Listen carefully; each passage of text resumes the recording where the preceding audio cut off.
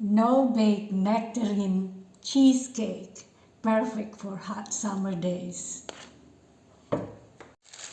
Biscuit days. Biscuit crumbs for the lining, melted butter. Use the back of your spoon to even the surface of the cheesecake base.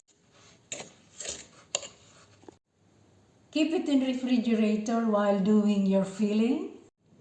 Stone remove and skin before you puree it. Mascarpone cheese, powdered sugar, peach puree,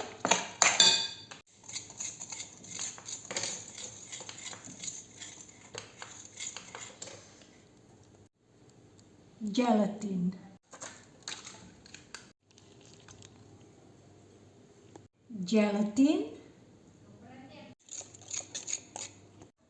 Here's the filling. Keep this in refrigerator for good 4 hours to 6 hours, but preferably overnight to set. The moment of truth. Let's see if it's set. It looks like it's set really well. Look at that.